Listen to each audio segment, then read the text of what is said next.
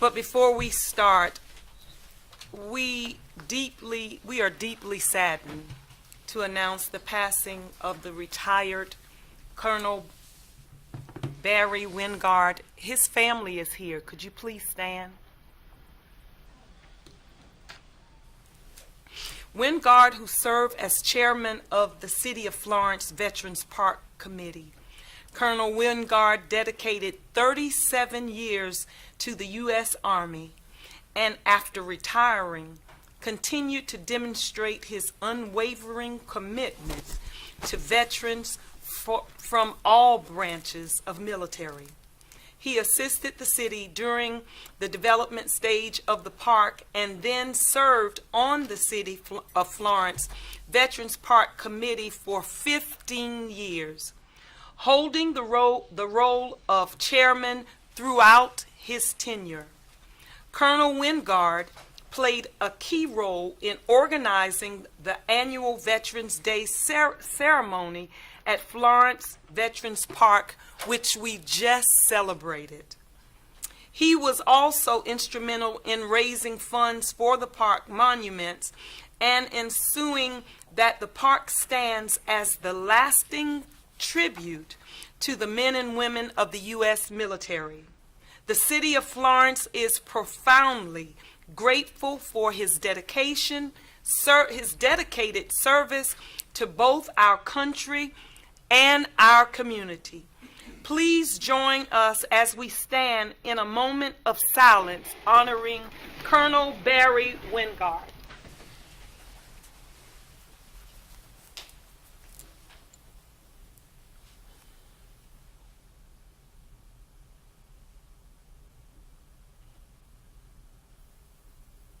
Thank you. We will now have our invocation. We will now have our invocation by Pastor Kelsey Goodson from Strong Tower Church. Amen. Will you join me in prayer? To our loving, caring, and sharing God, thank you for this opportunity provided us to stand and agree in prayer for our city and our city leaders. Father, I ask first that we all humble ourselves and do the simple instructions of your word, treating others just as we would want them to treat us. Don't allow selfish agendas, prideful pursuits, and the push for power, position, and prestige to overshadow the love of our fellow man. It's only by you, God, that the city of Florence was purposely placed on Interstate 20, midway on Interstate 95, and intersecting a cross point, allowing Florence to connect all throughways. Your word said they will come from the east and the west, from the north and the south, and sit down in the kingdom of God. Father, I'm asking that you allow the city of Florence to be an example of that narrow gate on their travels, that gateway to refuel on love, to feed on peace, and to live in unity. This unity must start from the top, and it will flow to the least of us. You said, behold how good and how pleasant it is for brethren to dwell together in unity. You also said, for there the Lord commanded the blessing for life forevermore. So, Father, I ask for a special blessing for Mayor Barnes, her staff, and our council, to strive for unity because we are truly stronger together. Giving these your servants an understanding mind to govern your people, that they may discern between good and evil. For who is able to govern these your great people? Let not Florence be a place of political parties, but a place where the party is for the people. Truly, God, help Florence to flourish by sowing the seeds of unity, watering the roots of understanding, and allowing the manifestation of love, joy, peace, patience, kindness, goodness, faithfulness, gentleness, and self-control to reign on us. Since we truly are Flow Town, allow this land to be a place flowing with milk and honey. So be it, O Lord. May the God of endurance and encouragement grant us to live in such harmony with one another. May the God of hope fill us with all joy and peace in believing. Therefore be steadfast, immovable, always abounding in the work of the Lord, knowing that in the Lord our labor is not in vain. Now to him who is able to do far more abundantly than all that we are asked or can think, according to the power at work within us, to him be glory, majesty, dominion throughout all generations, forever and ever. This is my prayer. In your mighty name I pray. Amen. We will now be led by Captain. You know him as Pastor Calvin Robinson, but he will lead us the Pledge of Allegiance. U.S. Air Force. U.S. Air Force. Thank you. Shall we? Pledge allegiance to the flag of the United States of America and to the republic for which it stands, one nation, under God, indivisible, with liberty and justice for all. Thank you, sir.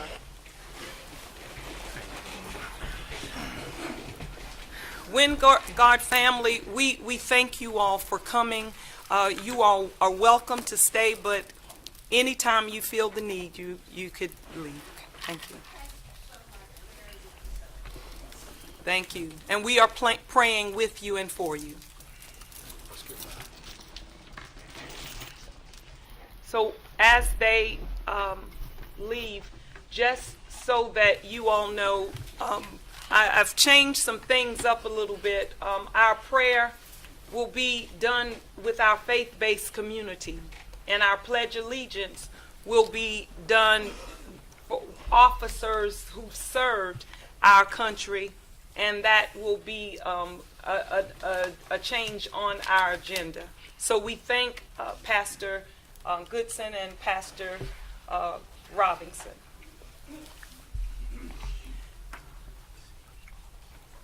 Next on our agenda, I have before us an addendum to the agenda, Council.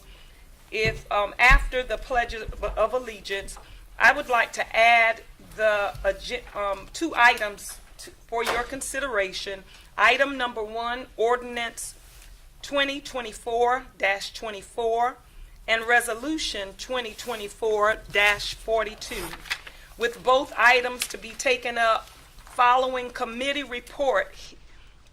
And if there are no objections, these two items will be added. There is also a change on the agenda. Unless there is no objection, we will report to council appropriation to accommodation tax funds to come after election of Mayor Pro Tem and before appearance before council.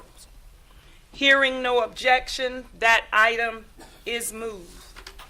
And one more, council, unless there is no objection, we will report to council appointments to boards and commissions until after the vote on ordinance 2024-24 and resolution 2024-42 following the committee reports. Hearing no objections, this item is moved. Thank you so much. We are now at approval of minutes. So, Madam Mayor, Yes. if I just might, this is Ron Scott speaking, just as a point of order, it'd be probably most appropriate just to vote on those amendments to the agenda with respect to adding those items. move. Second. Okay. These are the two amendments. These two amendments, it has been voted on and properly second. The ayes, all those in favor? Aye. Opposes? The ayes Point have of order. We're opposing moving. it and not just voting on it, right? No, we're not voting on it. We're Okay, just moving. Gotcha. Okay? Okay. Now we will have, I think we will have honors and recognitions. Did we do approval of minutes? I'm sorry. So approval of minutes. So move. Second. It has been properly moved in second. All those in favor? Aye. Any opposed? The ayes have it. We will now come to our honors and recognitions.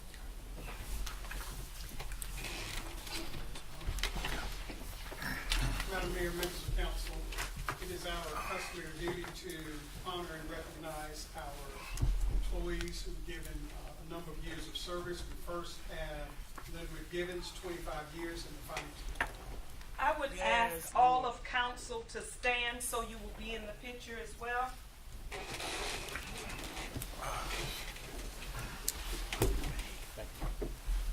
If we can come in so we can take. We've got Linwood F. Givens, affectionately known in the finance department as Mr. G. He began his career with the city on November 15th, 1999 as the manager of the utility finance division. On December 17th, 2012, Linwood became the purchasing agent. As a 25-year career employee, Linwood has a wealth of institutional knowledge and does not mind sharing that knowledge along with city history. Linwood once said, "Everyone does not have the opportunity to work for their hometown. Therefore, I count it as a blessing to represent the city of Florence. And I take pride in being a part of the transformation and growth of the city. We are proud to have you not only as a city employee, but as a finance department employee."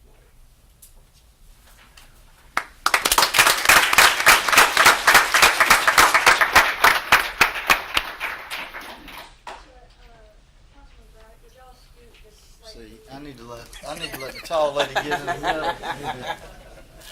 Short people problems.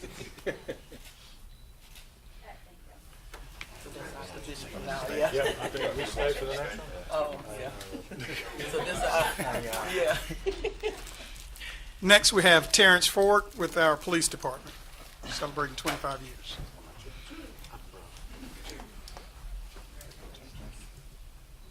Captain Terrence Ford, we're recognizing him for 25 years of service. Captain Ford came to us in November of 1999, straight out of the United States Navy. All right. And as an old Army guy, I don't hold that against him. Nor do I make any jokes about that. Subsequently graduated from basic law enforcement training at the Criminal Justice Academy in March of 2000. At that time, he was assigned to the Uniform Patrol Division, and in March of 2004, promoted to Criminal Investigations. And in July of 2007, he was promoted to Corporal and moved back to the Patrol Division, so he's moved around a good bit. In April of 2012, he was promoted into supervision as a sergeant in the Patrol Division, and in 2016 to lieutenant and as a squad commander. In May of 2020, he graduated magna cum laude from Columbia College with a BA degree in criminal justice, and in July of 2023, he was promoted to captain, where he became all mine. I put him over the Uniform Patrol Division initially, and then realized that he needed to be moved into the very critical position of support services. Our support services involves our training, all of the training for the police department, accreditation, managing accreditation, property evidence and supply, our professional standards, and certainly internal affairs. And the cops don't want to get, the cops hate getting a call from me, but they hate getting a call from him once, being over internal affairs, I promise you. After the tragic events in October 3rd of 2018, Terrence, like the rest of us, was deeply affected by that, and he took it upon himself to be involved with the South Carolina Law Enforcement Assistance Program. In that time, he became trained to work with other officers who have been in crisis situations like that. He volunteers his time to do that. He does that here with us. He's worked with me and in a group with that, and he's worked with other agencies. He's on a peer team, and can't say enough about this guy and the job he does and how much he's appreciated in the police department. And he told me that he's looking forward to the next 25 years.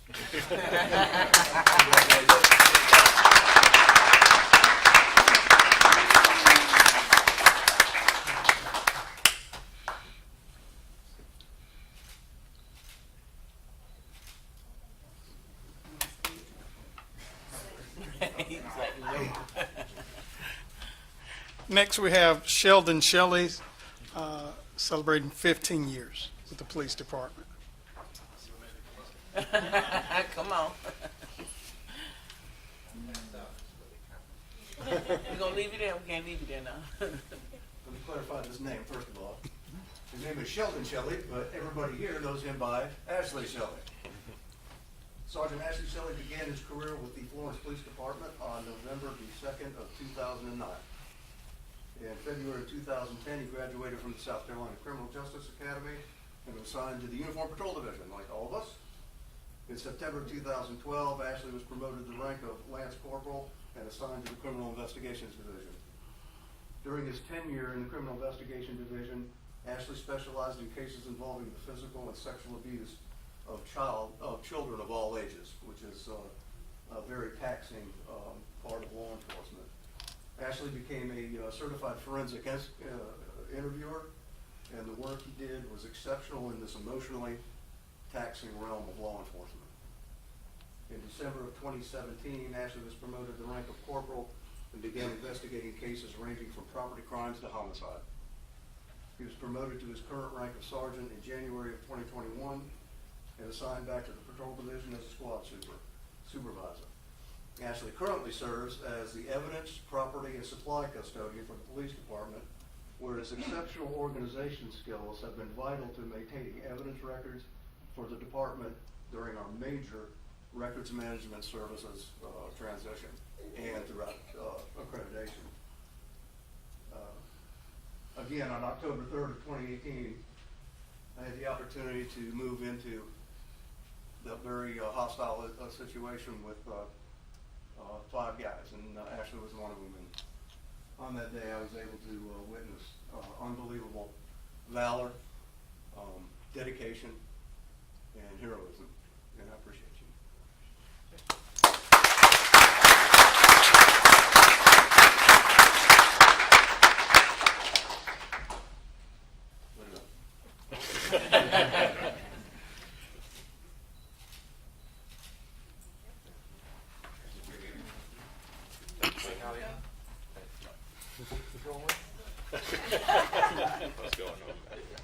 Congratulations, baby.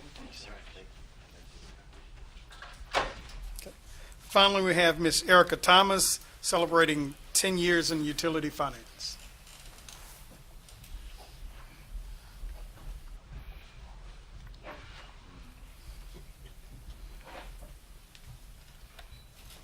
Over the past few months, I've had the opportunity to get to know the utility finance work group a little bit better. I've known Erica's face and her sweet demeanor for a long time, but it's been a joy to get to know them a little bit on a day-to-day basis better.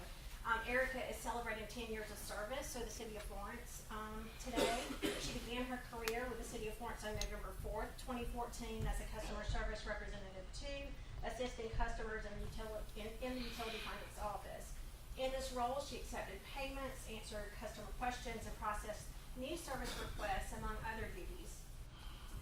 Erica was promoted to Customer Service Clerk 3 in November of 2019. In her current role, she continues to serve utility customers by processing new water and sewer tap applications, being the point person for the city set-off debt process, and working with the meter reader, meter tech team, and processing both manual and electronic water meter reads to assure accurate billing. She's a team player, and I'm going to give you an example. This past week, she sends me a report every day of their numbers, which always kind of takes my breath when I see the number of calls they take in that office. But on Friday, they had one of their largest days. And this past Friday, she, along with her co-workers, processed 1,451 payments. That's through mail, Dropbox, in-person, and phone. And of those, 547 phone calls came into that office on Friday, which just blows me away. So when you call, understand they are taking a lot of calls. It's impressive the amount of people that they assist every day. Erica is a great team player in that regard. She also has become a go-to source to answer questions and account issues for other customer service representatives in the department. We appreciate your service and your commitment to the City of Florence.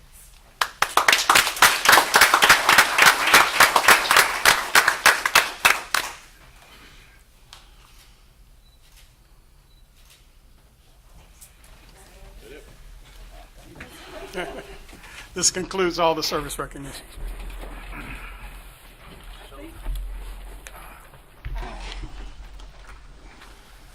So I also have the pleasure today to introduce our City University graduates.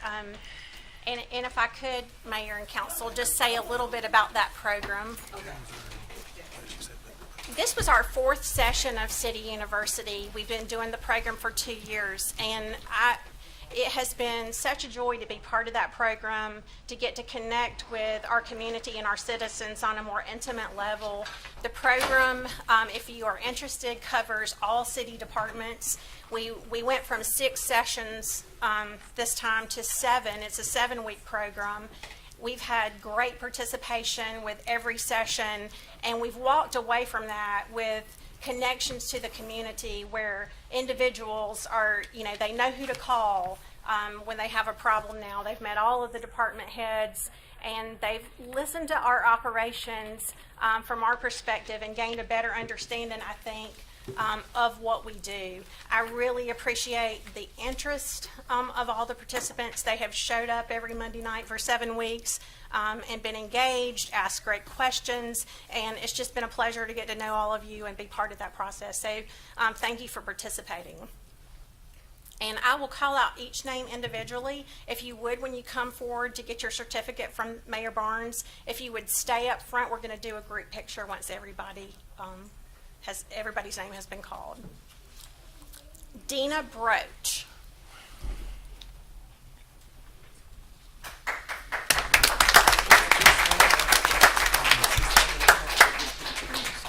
Corey Cunningham.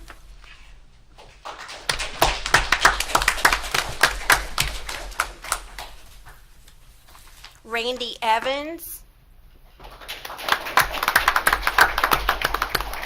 Randy is also a city employee, and we've actually had some employees that have joined the program on their own time as well, just so they can better serve the community when they get questions. So I think it's admirable that Randy decided to participate this time. Megan Godwin.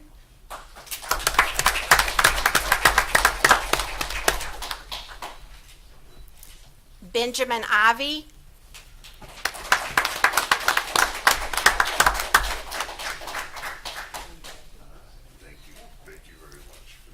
Monica Lamastus.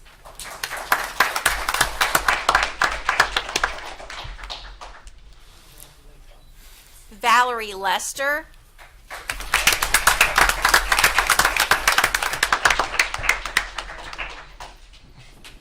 Janet Matherly.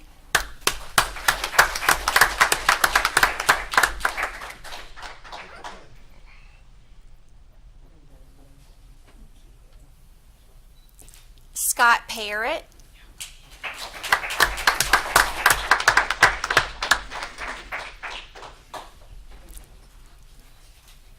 Gina Tanner.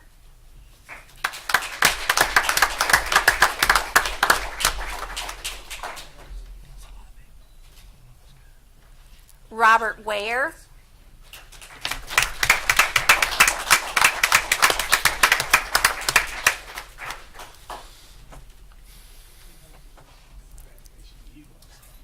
Shelley Williams.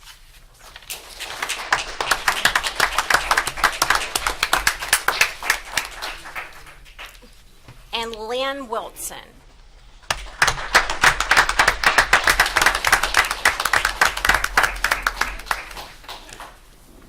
So we're going to have to try to come in, council, y'all can stand beside us, behind us. And I guess you all move up a little bit. You come up in the front a little bit. No, you definitely do that. Yeah, come on in, we got to squeeze in.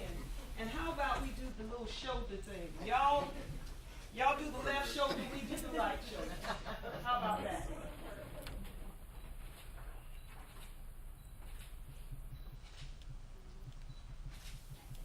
Congratulations.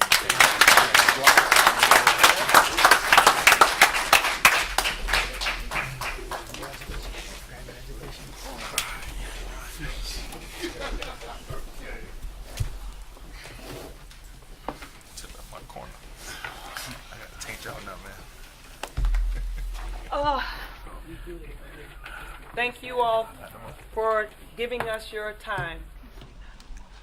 Next on the agenda, we have election of Mayor Pro Tem. And I would like to move that we elect George Jabali as Mayor Pro Tem by acclamation as Mayor Pro Tem. Second. Second. If there are no objections, we will move by acclamation. So it is. George, Mayor Pro Tem.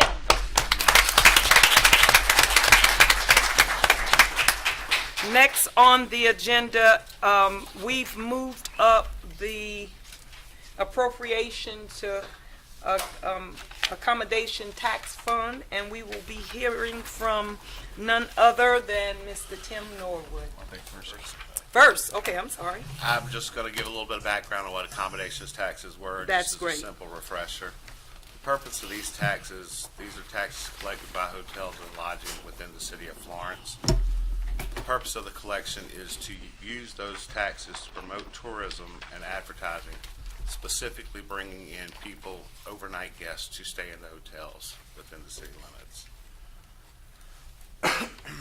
The Accommodation Tax Advisory Committee is appointed to recommend how that money is spent, with the goal being to fund the events that are going to bring in the most tourism to the city of Florence. The ATAX committee has met and made their recommendations on allocations for the 2024-2025 fiscal year. These recommendations have already been presented and recommended for approval by the Finance Committee. With that, I'm going to turn it over as the committee chair, Mr. Tim Norwood, and he will present those recommendations. Thank you to very council. much. Madam Mayor, congratulations. Thank you. George, congratulations. Thank you. The Accommodation Committee met earlier this summer, and we heard presentations, had written presentations prior to our meeting of 25 organizations. We heard presentations, verbal presentations of 25 organizations. They requested a total of $1.5 million. We only had about $830,000 to be able to distribute to those organizations, which we did. And after hearing all their requests and how they could put increase more accommodations by heads and beds, so we're presenting the. I think y'all all have the amount that we're presenting by organization, and that's what we would like to present based on our committee meeting, and which is a total of $830,000 split through 25 different organizations. If it's appropriate, I'd like to make a motion to approve. Second. All right, it's been properly seconded.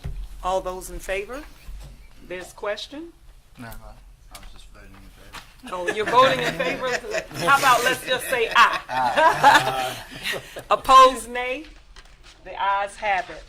Thank you. Thank This y'all very bill much. has passed. Thank you. you so much. Thank you. All right, next on agenda, we will move to appearance before council. We have, I think, Robert, what is that, McCready?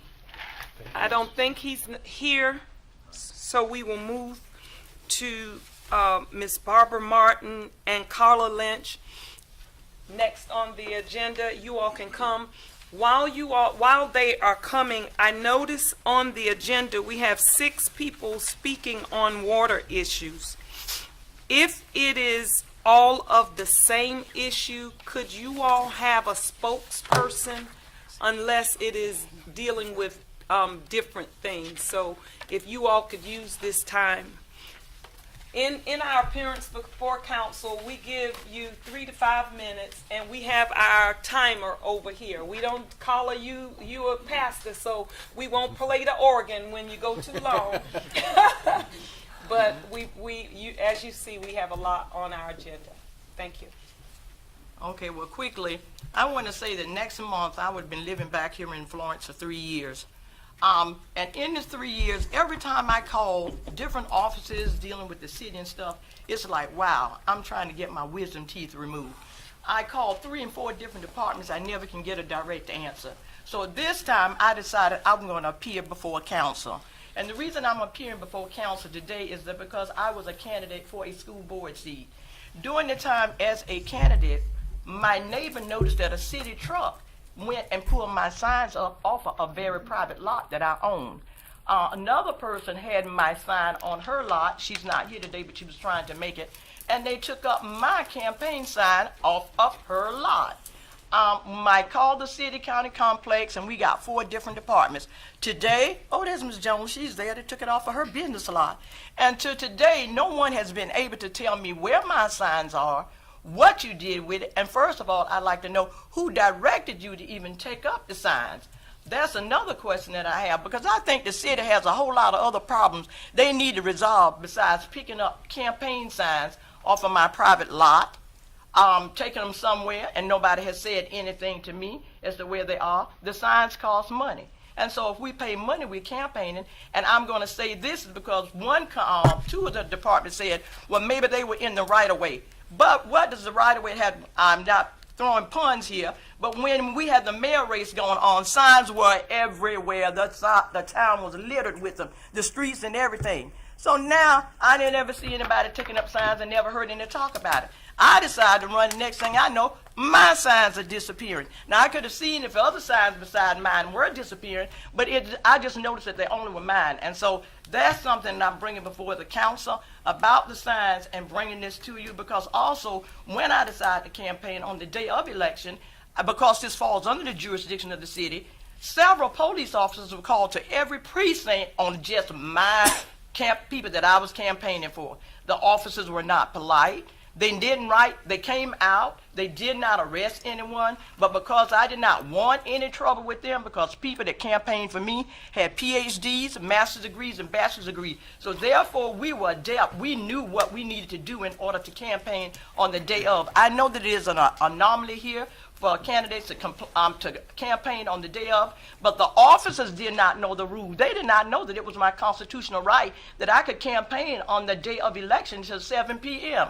Therefore, not wanting problems with your officers, I shut my campaigning down, because where I came from, everybody goes hard on the day of voting, because when you are at the polls and you pass out your word, people who have not decided who they want to vote for will see you and they will vote. So therefore, I lost votes based upon all of those things that happened.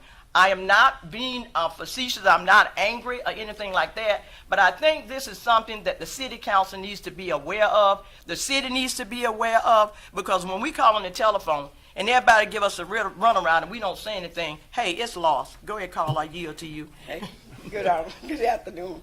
My name is Carla Edie. I had the same thing happen to me as well. And so I just want to know, why is it that it's only certain people's signs that got picked up from off private property and stuff like that? That's my only questions. Madam Mayor, we'll get back with you all on that. No, Yes. I'm giving them opportunity Oh, okay. to say something. It looks like everybody wants to say something. Huh? Okay, so Councilman Call said he was first. Thank you all for coming here. Offering yourself for public service is a great ordeal. And thank you for allowing yourself, for the public to hear your ideas, to vote. I would say this: fortunately, I was lucky to not have an opponent in 24.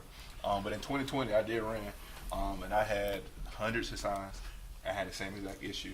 Where my campaign signs was pulled up, and I thought I was like this know-it-all lawyer.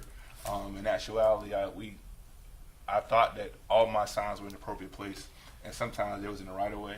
Then the second thing, some of the bigger signs I had, I did not know that it was a square footage limit. So I brought these big signs, and I didn't know that they can only be no larger than 3 by 5.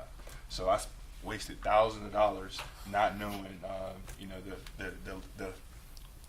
the maximum of allotted amount of size for the signs. But I will say this: I had hundreds of my signs picking up, but I know to go get them from McCurdy Road. Would you ever go to McCurdy Road? No, I had no idea anything It's to the do sign with graveyard. But no, I'm talking about signs that was on my private lot that people saw the city truck pull up and picked up my signs.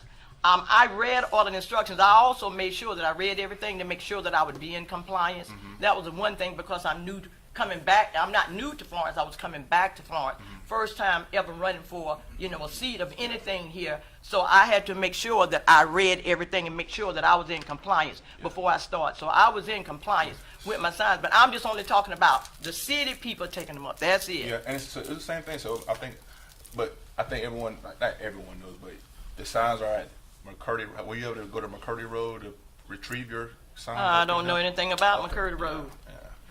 And see, that's the thing. When I called 4 different departments, if such was the case, they should have told me that. I wouldn't have to come here to you all and ask that question and talk about it. Yes, ma'am. That's what I'm saying. The people that we pay to work for us in these positions, they should know this.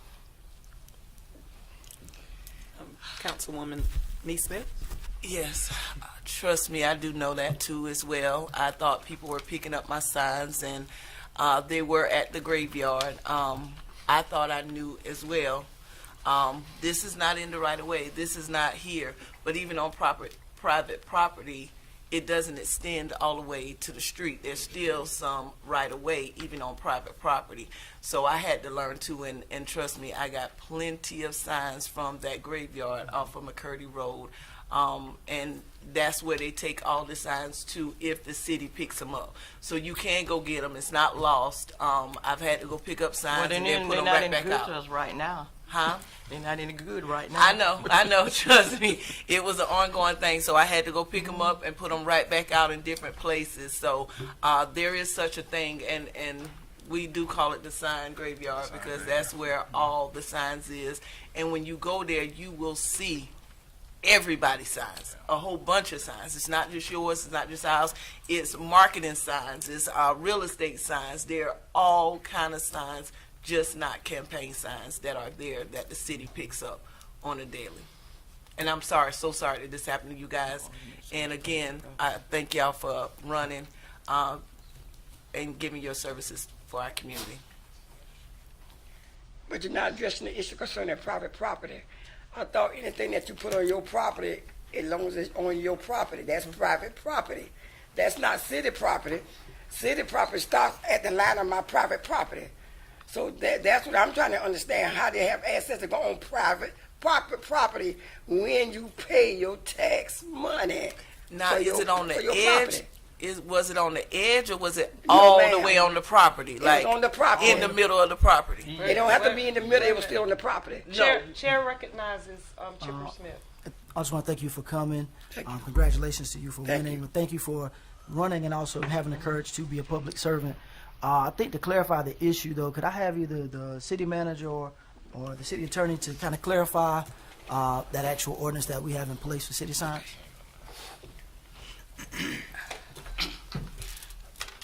Thank you, Council. City staff, we have a number of city staff that are signed to pick up all types of signs that's in the right of way.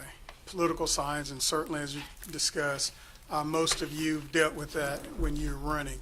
The issue oftentimes is what is the right of way?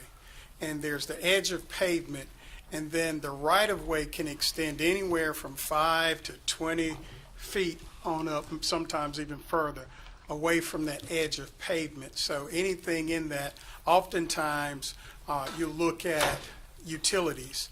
If you have a utility pole there, that's in the right of way. Your water meters in the right of way. Those things are good guidelines to kind of show you where the right of way is there. And that is public property there.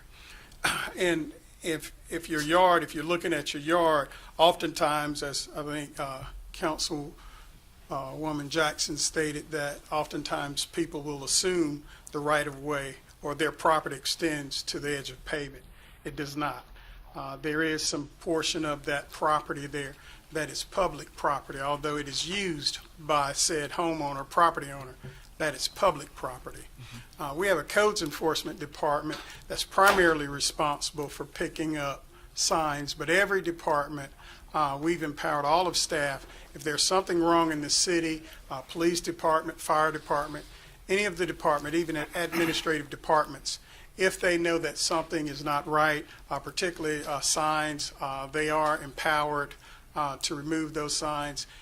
Those signs are taken to Public Works Department there, and we do try to maintain those. We also, during election year, In most instances, I can't say for certain we did it this year, but we speak with the chairpersons of the two major political parties in the city, and we go over our sign ordinance with them there so that the political parties understand our ordinances there, and it's our understanding that they would then turn speak with their candidates and inform them of the sign ordinance.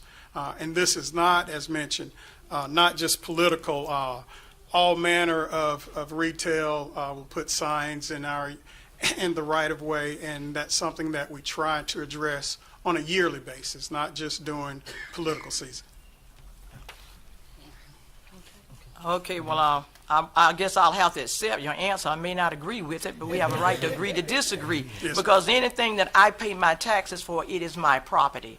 And if it's not my property, and I can't put anything on my property because it was an empty lot, there's no point in me paying taxes for my property if I can't put what I want to put on there that lines up with the city ordinance. I understand what you're saying about the pavement, but there's nothing on my lot. It's just a blank piece of land. So therefore, the pavement has anything. This is a whole barrier, and over here is my sign in my yard, on my lot.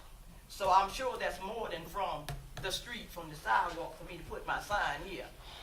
I also think the manpower and time and money and gasoline can be used to take care of other issues that's going on in Florence versus worrying about a sign that might be, you all deem might be close to the sidewalk or to the pavement. Let us take care of the water situation. I just noticed that you've got all these people here to speak about water. We got folks to speak about everything, but I'm going off on the tantrum, but I'm just saying, I know you wanted him to clarify, but I have to get this in because when I call y'all departments, you can't get nothing in, so I'm trying to pack it all in today. Thank y'all. Have a good day. Thank you so much. Next on the agenda is Key Audrey.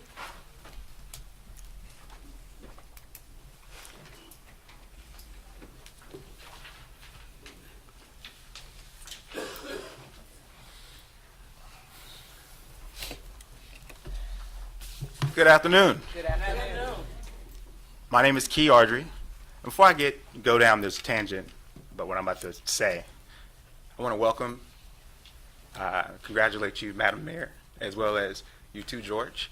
I represent a company called USA Alliance Hub.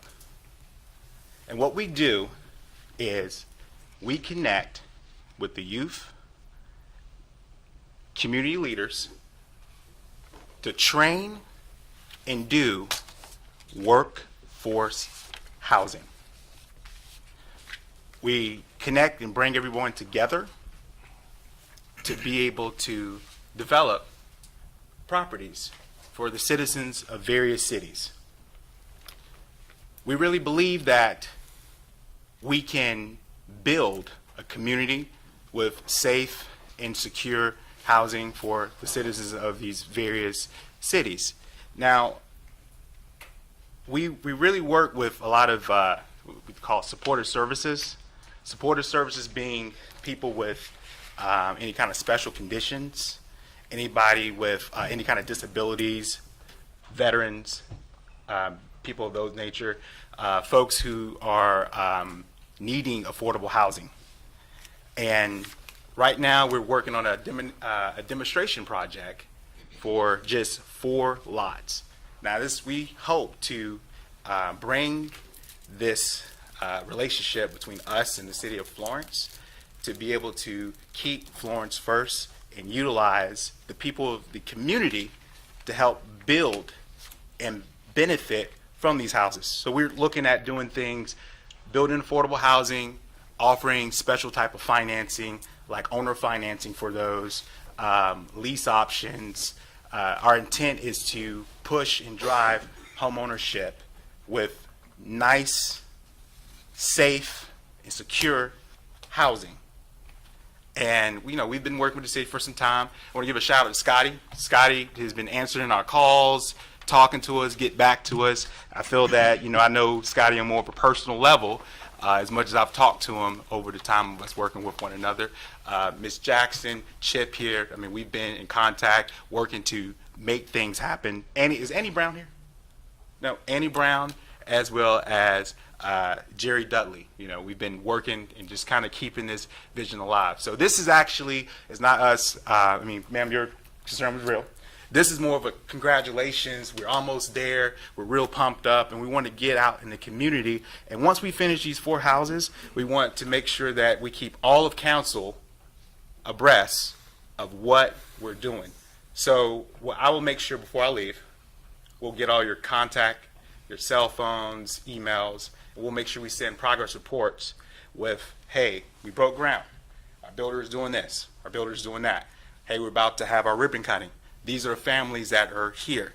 Hey, we were looking at more land to be able to work with the city so that we can put out more safe and secure housing for the residents of Florence, South Carolina.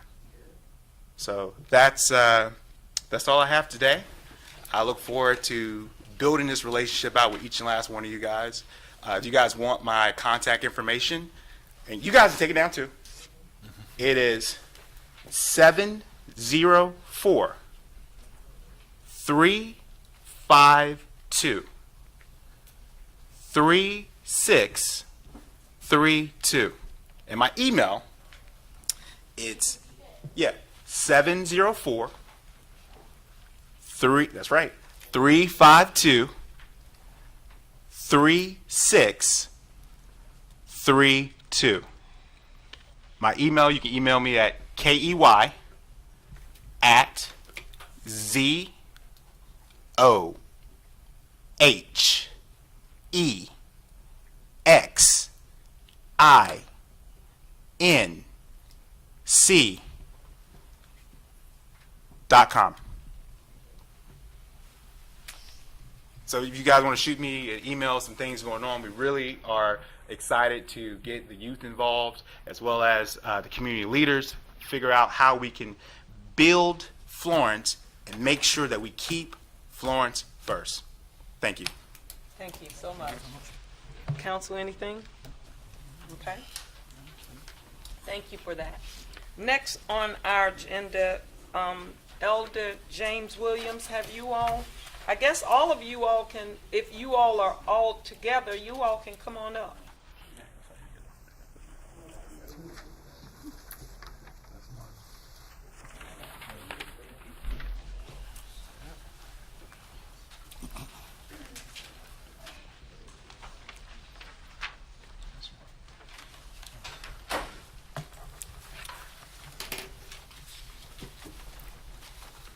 Good morning. Good morning. Good morning. I'd Good like afternoon.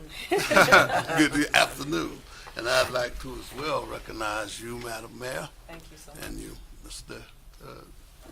George, and the rest of the council. We are here this morning, I particularly, as president, as state president of the Racial Justice Network, and as a citizen of the community. We have a conundrum. We have been banging our heads against the wall talking to the county, and all we hear from them is that the city is responsible. And in the interim, we have people suffering. We have people that are being hospitalized for drinking water that is contaminated. There's an excessive amount of rust in the water, and what used to be considered as a reasonable and a good source of water is no longer in existence. The groundwater now is almost non-existent because... Excuse me, Elder, are you referring to well water? Yes. Okay, just not city water, you were talking about well water. Well water. At different homes? Yes. Okay, thank you. Yes. But I understand that they're having problems with the city water too, so... Just trying to be clear. I just want to make sure nobody was hospitalized for drinking our water. Just trying to be clear.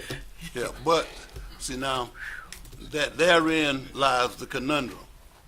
You want to specify that none are being harmed by the well water, but see now, we're being taxed And in that taxation, the county is responsible for providing us water. But then here comes the conundrum. They've sold you all the system. We are exploring everything from a citizen's lawsuit, federal lawsuit, to try to get to the bottom of who's actually responsible, because now we feel as though there's taxation going on without representation. We don't have any say. We're being charged more for water. The few citizens out in the rural area that have city water are being charged more. And not only that, the tap fees are excessive. There is a few $1,000s to try to tap on to water. That's ridiculous. There needs to be a coming together of the two councils, really, to resolve this issue in a manner that would show deference to the people that live in the area. There is a lot of suffering going on. We had a woman that was supposed to be here, but she had a few issues this morning, but she was going to bring a jug of her nasty water. And she was going to bring her clothes that when she washes, her clothes turn orange. And she doesn't have any other options. These are the things that people are being confronted with. And all of the time getting tax notices and being taxed on a regular basis and not receiving any of the benefits. So I guess our question is, what are you planning to do about the water situation in the rural area? Because I'm here talking for the people from the Metaprom area, but there are people in the total rural section of Effingham that are being affected that just aren't here today.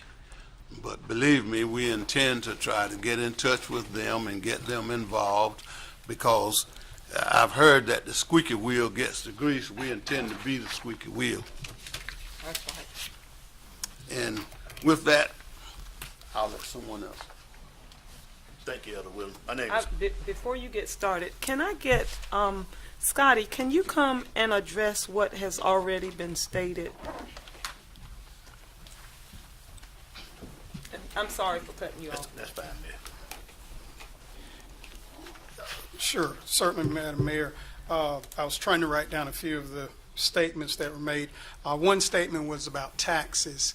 The water system, whether it's City of Florence, Florence County, it's an enterprise system. So you have two separate systems in government. You have a general fund. Those are taxes. That supports our fire department, police department, planning department, those things. In an enterprise fund, it's user fees. It's based only on user fees. Taxes aren't associated with that enterprise fund there. So in a water situation, whenever a municipality owns water, the fees generated pay for that water, not taxes. So those are two different things there. If you look at what is being asked in the Metaprong and other areas in rural Florence County, I think it's important to note what occurred and how did we get where we are. Just real quickly, in 1984-85, the City of Florence created with Florence County a service area showing which areas that the City of Florence would serve that's in the county. Since 1984-85, we've increased that service area, and it's certainly continuing down to Lower Florence County now. And again, those governments at that time made that agreement. And around 2002, the city purchased Florence County's water system there, with the understanding that the City of Florence would run water in some of those areas if it's economically feasible. We've done an economic feasibility analysis, and we continue to do that in areas outside the City of Florence when we're extending water. That's feasibility analysis states that it has to pay back whatever the cost is to run those lines, those service fees will pay back that amount over a 20-year period. If we don't, if it's less than one, if you will, if we won't pay it back over that 20-year period, we have two options. One, we turn it down, or two, we provide that information to Florence County, and they can, and sometimes they've chosen to use their infrastructure funds to make that feasible, and we then run those lines.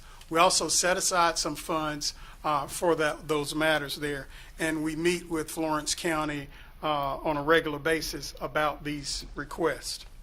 There's a discussion about charging more in the county for water and tap fees. That is a true statement. The city certainly charges more in the county as opposed to being in the city for a number of reasons. One is the densities in the city is much higher. We have a number of residents. If you're running a line in the county, oftentimes houses are spread out further, so you have less people on that line. And if you're running that same line in the city, you have a lot more people on that line, so it's paying for itself quicker. So that's one reason. The other reason is in the city we have an ordinance that you are required to tap on to water and sewer. If you do not tap on, you will be charged. That's a requirement. We have an ordinance that requires all city residents to be on water and sewer. If you annex and you have a septic tank, I think we allow 5 years. You can have that septic tank for a period of 5 years. Afterwards, we will start charging you the cost for septic or for sewer services in the city. You do not have that in the county. So the county has the option there. When we're running a line in the county, they can choose to tap into that line or not tap into that line.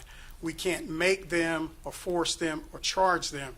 So because of that, when we're running that line, we don't have 100% certainty that they will tap into that line or stay on that line. We have to have some cost there in that, and that's why you see an extra cost in the county there.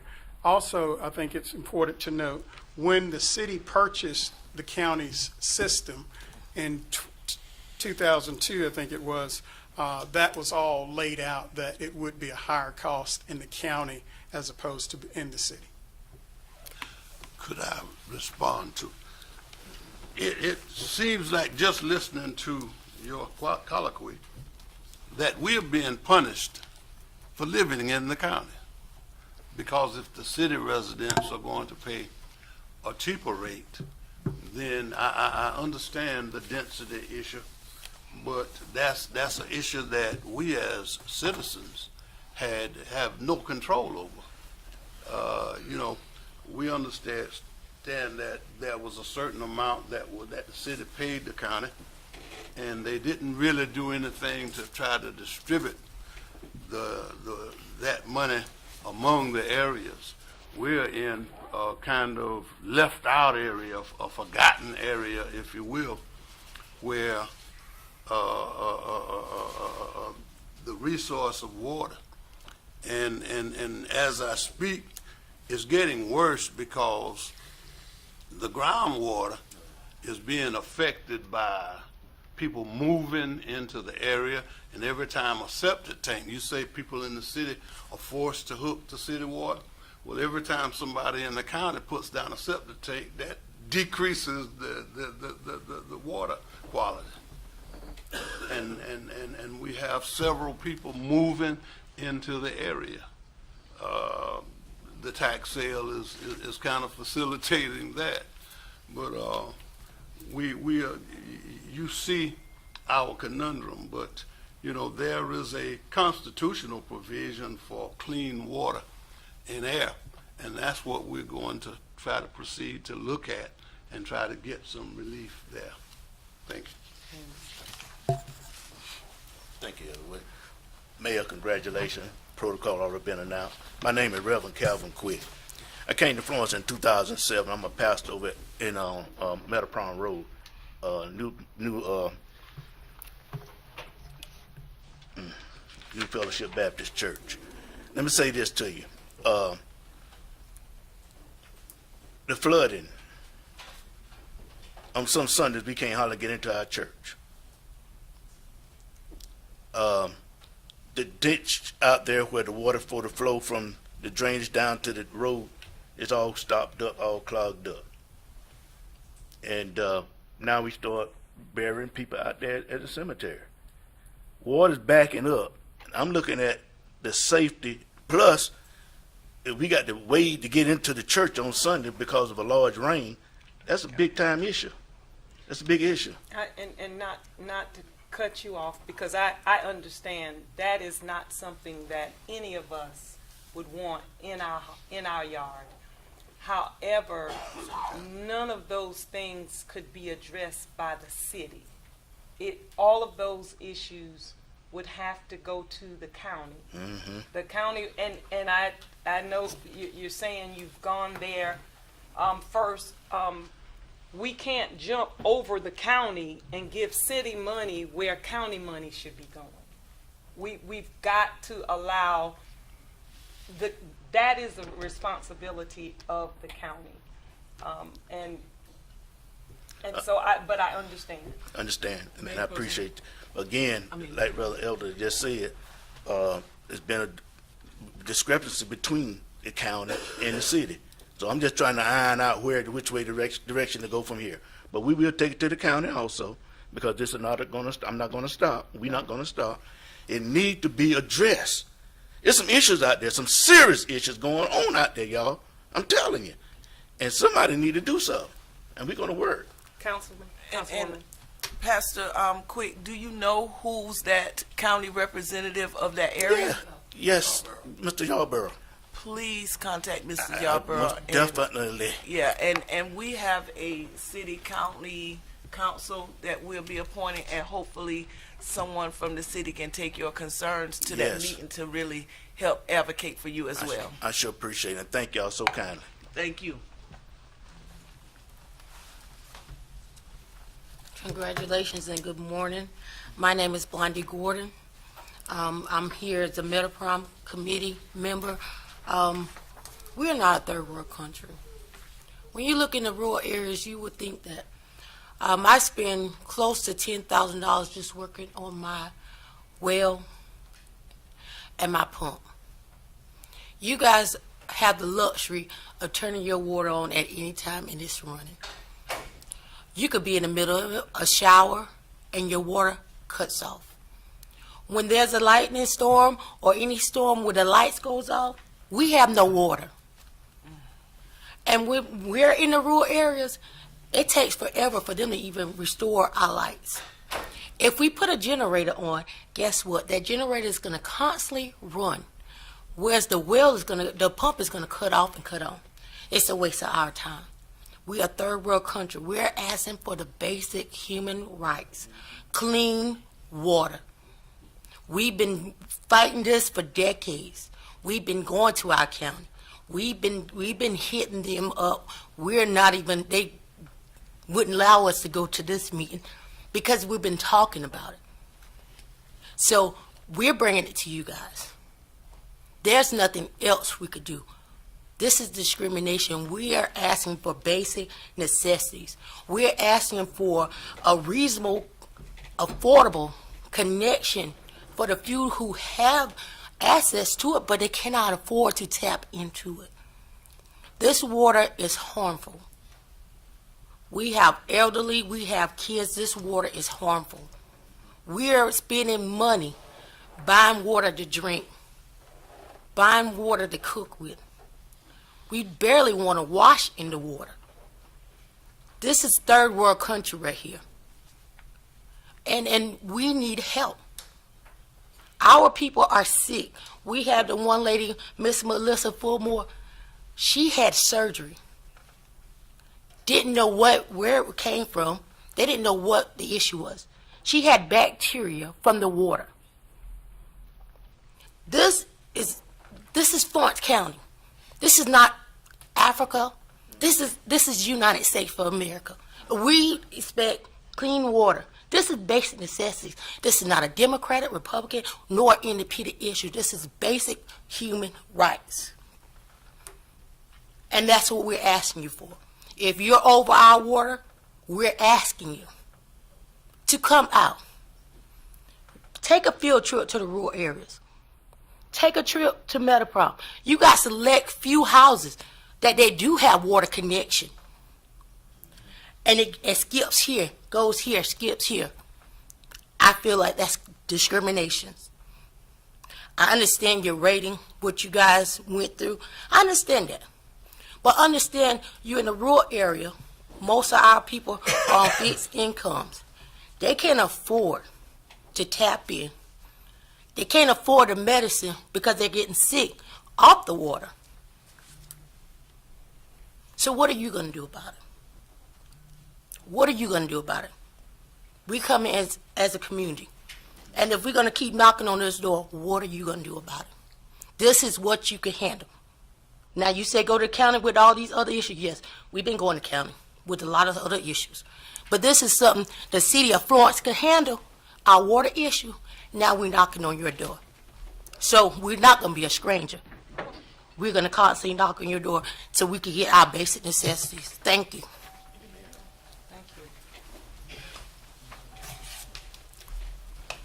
How you doing, Mayor? Congratulations. Thank you. And all the council members. And on behalf of the situation, it has been thoroughly addressed and explained to y'all what is our situation. And the only question I got for y'all today is what is you going to do about it? What are we going to do about this? Now, if you look at the money that's paid in the city, there ought to be some money somewhere to address the water issue out in those rural areas. If you take the water and run it up Sellers Road all the way to Cummins, and you turn it on Hayward Road instead of going out to Cummins, why can't they come back and address that? Why was the water turned instead of going straight through the community there? My question is, we can complain and complain, but the issue is, what is the city going to do about it? That's the only answer I need. What are we going to do? We're going to raise more taxes? We're going to raise the water bill again? There is licks in the city, water that's on top of the ground. People that need water can't get it. Why? What are we going to do about it? I can go around here in this city of Florence and show you where water just gushing out the ground. And we got to beg for water for the rural area out there. So I feel if the citizens are being taxed, then we ought to be able to get some type of resolution to the situation. And my question again, what are the city going to do about it? I want you to understand that we don't receive any funds for water from you. We don't receive any funds for water for sewage. And so I want you to understand, so if Listen, excuse me. Mm-hmm. Now, I pay water bill out there because I'm on Sellers Road. But I we want got you, meters out there. but I pay water bill out there. You got a water bill? Yeah, I got a water bill. You're, My water bill was you don't have $900 and some this month. Oh, okay. So you're not on well water. Not there. Okay. But what I'm saying is, I'm kind of part of both ventures. I got property where there is no city water, and then property where there is city water. So I can share the emotion and the heartbreak and the pain that these people are going through because they took the water up Hayward Road and turned it to Sellers Road, and they was denied water because it didn't go straight through. Now, the county could have done that, but now, since the city is the big boy, then I think the city should look at that. Chipper Smith. Thank you all for coming. I know we're talking about well water and actually extending the line, if I'm saying that correctly. So in our next Florence City County meeting, we'll address this issue because there are certain ways that you can obtain infrastructure money through your county councilman. And I don't know if you've talked to him about that at all, but that can actually help you through our feasibility study obtain money through him so water can be extended to you. I just want you to know that we don't have anything to do with groundwater whatsoever, but out in the rural area. But there is ways that you can obtain money through your county councilman, through infrastructure money, to help you extend the line through the city to your residences. And Is that not affected by the rural? I know there are grants for rural, Yes. but the city owns the system. Well, this is what I want to ask us to do, because I don't want to act like we don't care. I want to give you our time, but a one-on-one time, so that we can sit down, so that we can understand you and you can understand us. Because I think today we're going to just continue to go back and forth. So if you would contact the office, I'm quite sure that Scotty Davis, our city manager, myself, and any other council and staff will gladly sit down and explain where we are and what we can and cannot do. Is that okay? Yeah, I think what needs to be addressed is not with the issue with the well water. You have major companies like Honda and y'all, they're using well water. And in certain areas, it's drying up our water. My water pressure is very weak. I have to choose whether or not I'm going to wash clothes right now or I'm going to wash the dishes. And that's why I said are we going to take a shower? I'm going to have to end us because we're going a little too long. But I will open up my office and we will sit down and talk to see what we can and what we cannot do. Please call me. Or our city manager or staff. But we hear you. Okay. We hear you. Okay. I just want to say this, and I'm going to go say it, I'm going to my seat. But a lot of times you call these numbers, and they turn you to another number, and nobody never answers. So we got to get better. You can get my personal number, okay? Yeah. All right. All right. Scotty, did you want to say something? Madam Mayor, you want to say something? Madam Mayor, if you will, my staff might not like this, but the city manager's office number is 843-665-3113. 843-665-3113. So for those, if we're having any problems with communication. Thank y'all so much. Thank you. Thank you. If there are any problems with communication, they certainly can call the city manager's office, 843-665-3113. That's 8:30 to 5 p.m. there. And just as other information there, the Metaprong area, gotten our engineers to look at the information that was presented, and this was presented to Florence County February 21st, 2024 there. The cost is approximately $260,000 for 8 to 10 residents there. And at the time, we told Florence County it wasn't economically feasible. As is mentioned, if Madam Mayor chooses to select members on the city-county conference committee, that would certainly be an appropriate time to look at that, look at grant funding. There are some potential grants through other agencies that the county could look at and extending that if they did not want to use those infrastructure dollars there. But that information was presented to the county, along with several other in the Florence County area, but that particular one is about $260,000, and that's in February. Now, with inflation, I would say $300,000. You said how many customers? 8 to 10. 8 to 10, and that's about 3,000 linear feet for Metaprong Road. And over a 20-year period, they wouldn't. And it was not feasible. 28,000 over 20. About $28,000 going towards that over 20 years. Okay. So it was significant Yeah, big difference there. Okay, thank you for that. Anybody else? Okay. Next on our agenda, we will have ordinance and in position. Bill number 2024-16, it is the second reading. An ordinance to abandon the unopened right-of-way between 913 and 1003 Chestnut Street, identifying as Florence County Tax Map number 90063-01-011 and 90063-01010. Move to approve. Second. It's been properly moved in second. Any discussion? All those in favor? Aye. Any opposed? Let the bill reflect that it has passed unanimously. Next on the agenda is Bill number 2024-17, a second reading.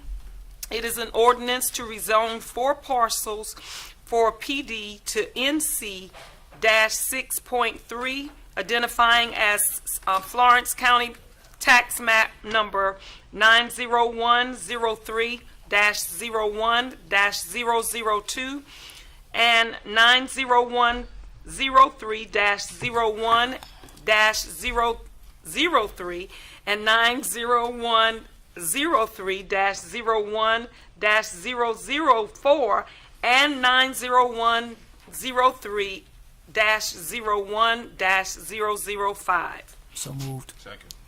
It has been properly moved in second. Is there any discussion? All those in favor signify by saying aye. Aye. Any opposed, nay? The ayes have it.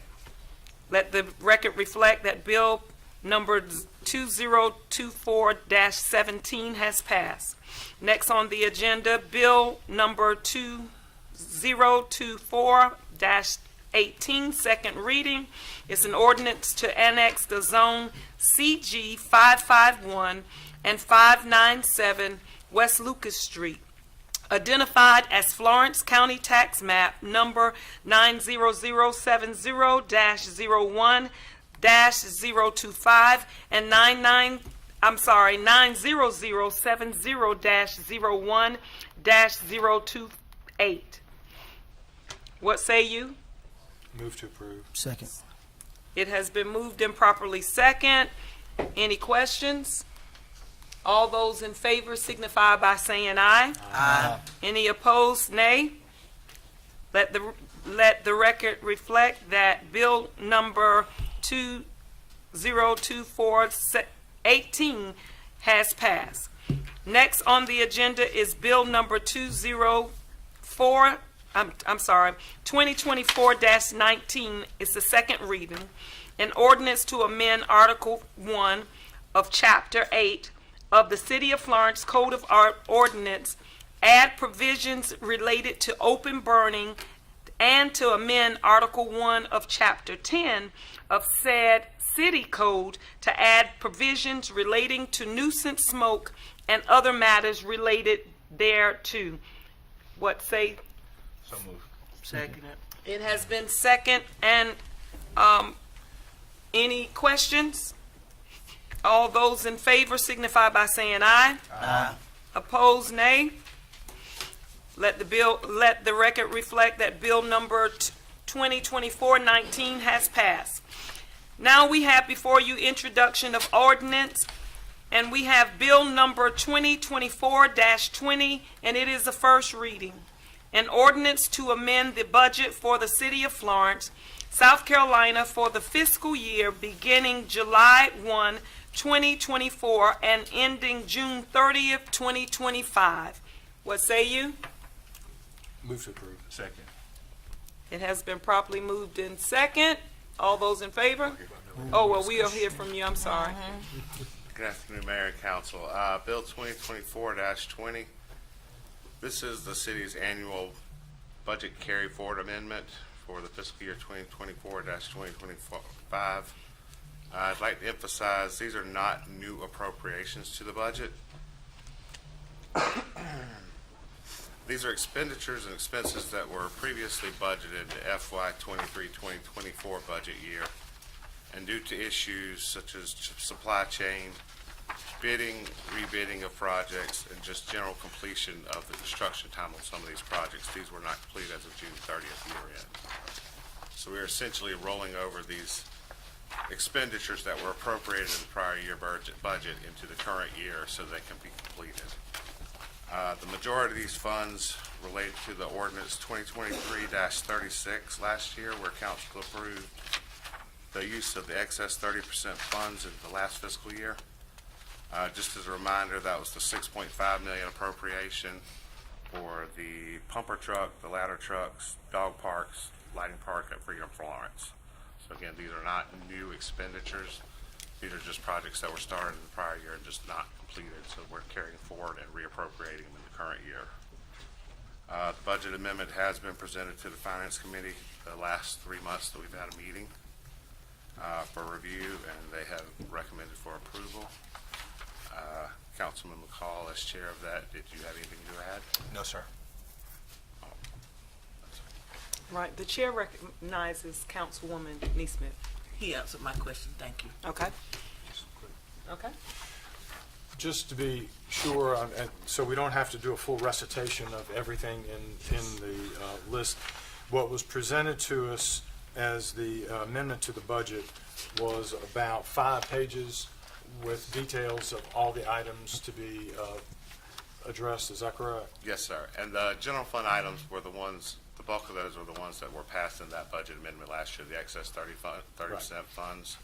The utilities and the utility construction funds, those are the projects that usually have to go out for bid, and whether bids come in high or low, we may have to rebid, and some of these projects carry over years at a time. So that's But it's the 5 pages that was presented to us in our packet, correct? Yes, sir. Okay, thank you. Okay. Discussion? All right. Being no discussion, when you ready to vote?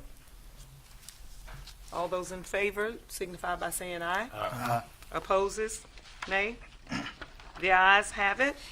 Let the record reflect that bill number 2024-20, first reading for the budget, has passed.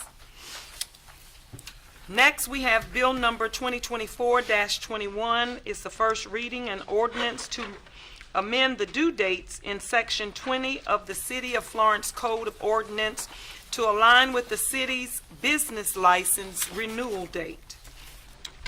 So move. Second. It's been properly moved in second. We'll hear from you. Thank you again.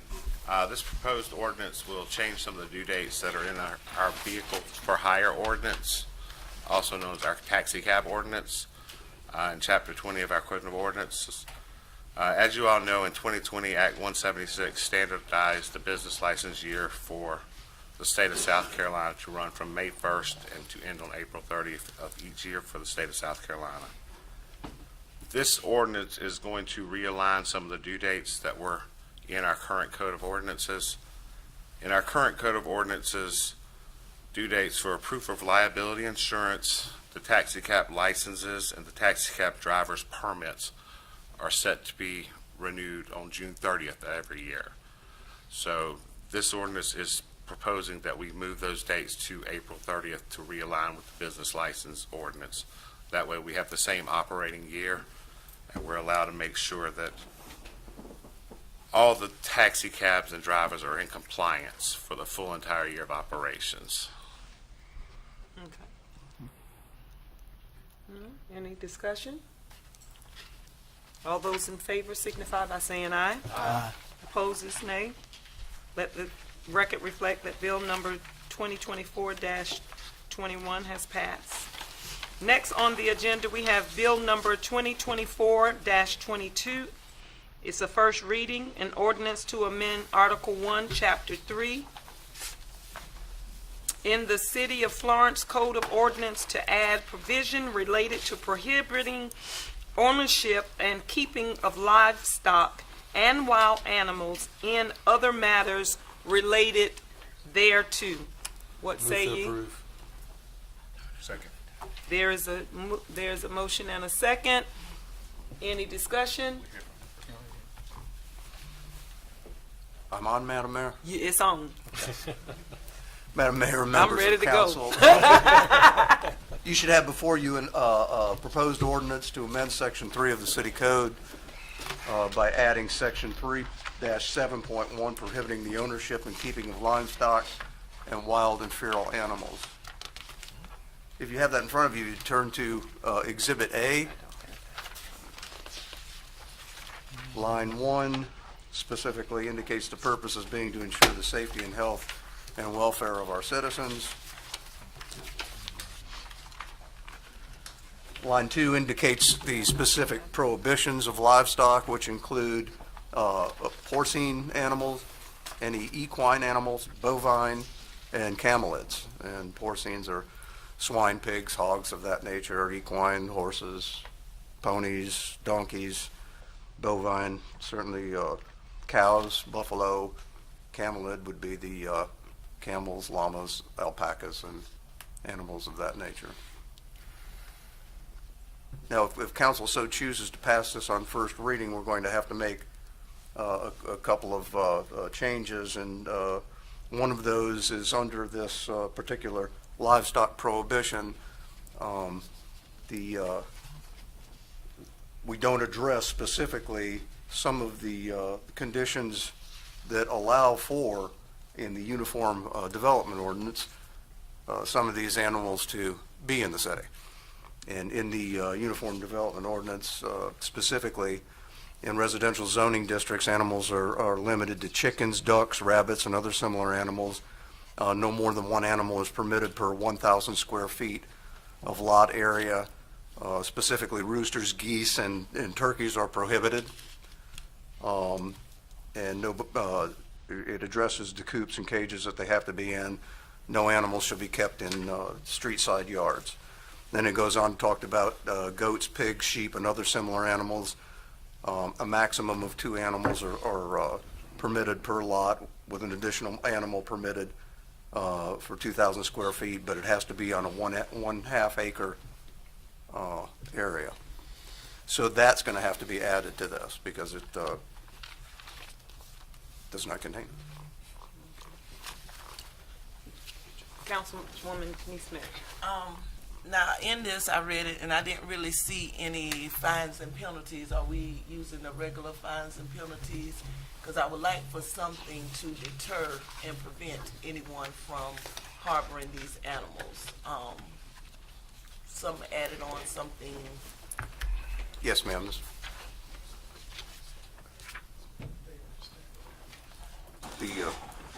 sorry. I was just going to say, Madam Mayor, members of council, standard penalties for violations of city ordinances would apply just as any other ordinance. Is there any way we can increase to deter these folks? Because we know we have this going on in our city right now. And is there anything that we can impose in addition to these wild animals to kind of deter? We can't? I don't believe you can beyond the standard penalties for ordinance violations. I mean, you can look at certain options related to civil penalties that are different, but I believe the most appropriate way to address it would be an ordinance violation, just as any of your other city ordinances that would have fines imposed related thereto. Okay. So we can increase some civil fines or something? Well, I was saying, trying to get the microphone right. Gotcha. With respect to that, the process of fines that's established for your existing city ordinances, that would be the appropriate way to address penalties. Uniform ordinance citations, and then fines as imposed related to that would be the appropriate way to address that. It's $100 fine, up to $500. 100 up to 500. Okay. Chair recognizes Mayor Pro Tem. Thank you. As I understand it, this whole thing was brought to our attention when someone had a bunch of poisonous snakes that became a big issue. Is that right? That absolutely got our attention, yes. Okay. Yes, And so, I mean, this wasn't just, didn't just come out of the air somewhere. Absolutely. Okay. And if we're looking at provision 3, under this section. It addresses, as I'm looking at it, large, dangerous, or potentially invasive constricting snakes, pythons, Burmese pythons, and then underneath that, venomous and poisonous reptiles and serpents. Is that right? That's correct. Okay. Thank you very much. Any other questions? All right. All those in favor? Any opposed? The ayes have it. Let the record reflect that bill number 2024-22, first reading, has passed. Next, we have bill number 2024-23, first reading. This is an ordinance to annex and zone NC-15 at 2499 West Edgefield Road, identified as Florence County Tax Map number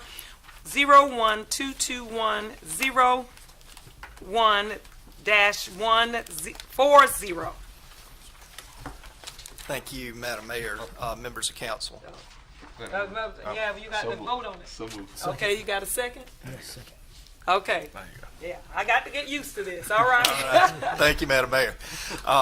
This property is located in the Windsor Forest area. It is an infill lot. It is adjacent to property that is zoned NC-15. It does have a single-family residence on it, and the proposed zoning is NC-15. All city water and sewer services are currently available, and Planning Commission did vote unanimously 5-0 to recommend the zoning of NC-15. And there's a picture of the home there. And that concludes staff's report. Any discussion? All those in favor signify by saying aye. Aye. Any opposed? Let the record reflect that bill number 2024-23 has passed. Next, we have before us introduction of resolutions. Madam Mayor.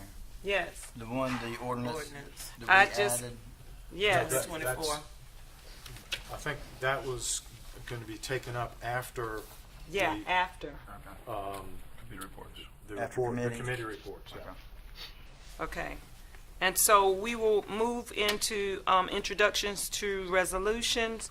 Resolution number 2024-39, a resolution to proclaim Friday, December the 6th, 2024, as Arbor Day in the city of Florence. So moved. Second. Any discussion? All those in favor signify by saying aye. Aye. And opposed? Let the record reflect that resolution number 2024-39 has passed. Next, we have resolution number 2024-40. It is a resolution to establish the town of Spruce Pine as a sister city of the city of Florence. What say you? So moved. Second. It has been properly moved in second. All those in favor? Aye. Any opposed, say nay. Let the record reflect. Resolution number 2024-40 has passed. Next, we have a resolution number 2024-41, a resolution of the City Council approving downtown redevelopment grant for third quarter fiscal year 2024. What say you? I move that we take this up in executive session. Okay, this So item, moved. Second it. this item has been, will be moved to executive section. Now we will have reports to council.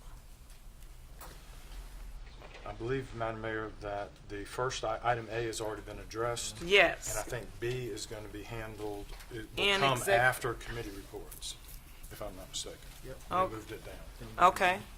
So now we will have city manager's report.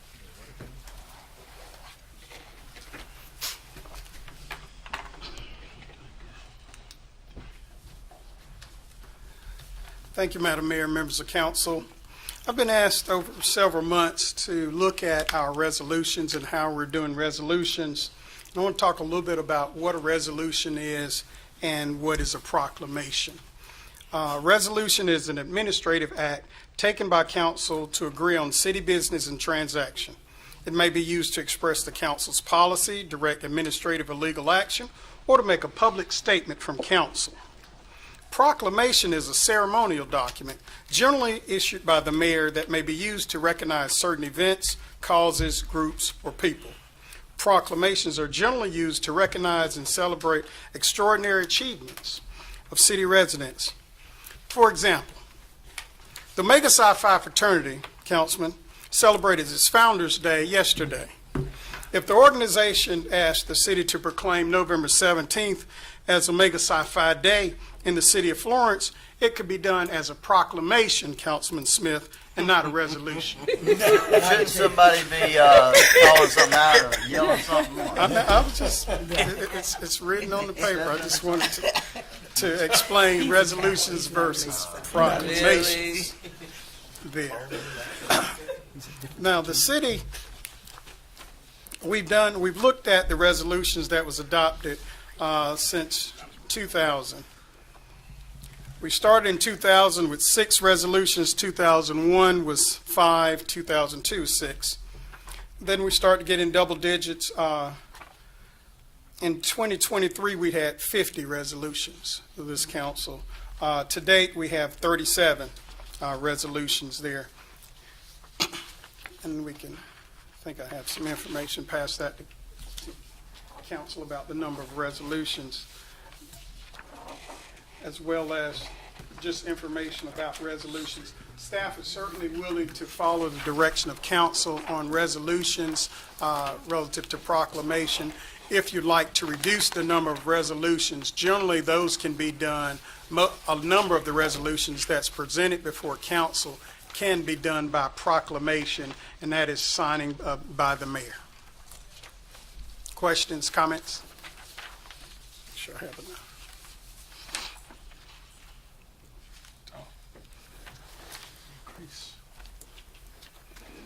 So basically, it increased substantially with the new folks in 2020. I think he's trying to tell us something. I believe he's trying to tell us something. But I do hope that we do listen, and staff and myself, we are willing to do whatever we can to work with the proclamation so that this can be done efficiently. Okay? That concludes my report. Thank you.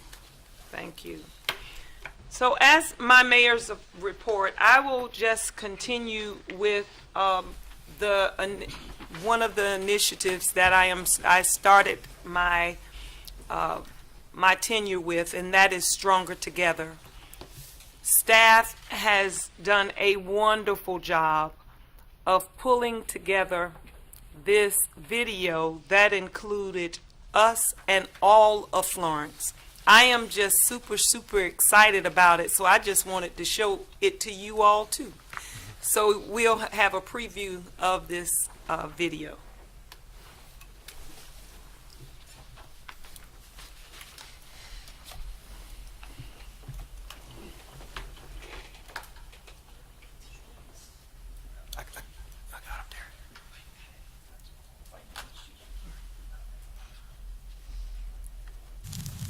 Together in Florence where Jeffrey's Peak flows, different paths unite us, let the love grow. Hand in hand we rise, every voice we share.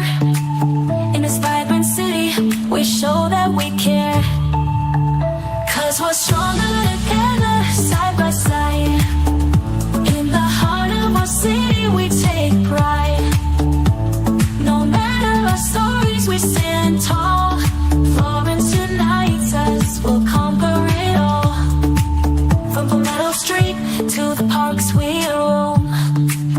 Every color, every culture, we find a home.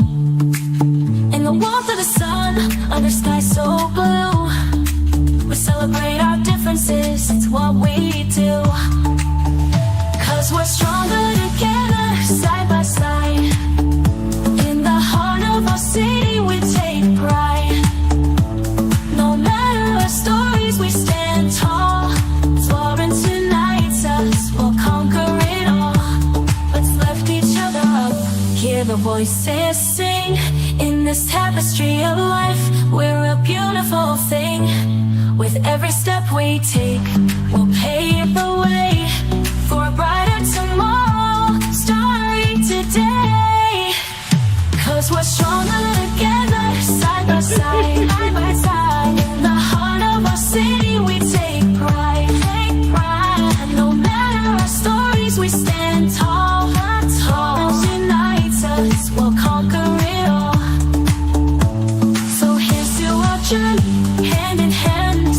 Florence facing strong, united we'll stand.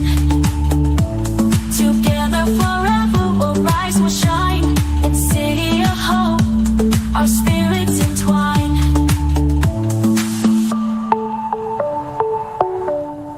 We're strong together. We're stronger together. Stronger together. We're stronger together. We're stronger together. We're stronger together. We're stronger together. Come on, y'all. Y'all got to clap for that one. That was awesome, and we will move forward in more to come because we are stronger together. Next, we will go. Yes, we need to take a 5-minute break, and we will come back with committee reports. Is that okay? All right, let's go. 5 minutes. Not 6 minutes.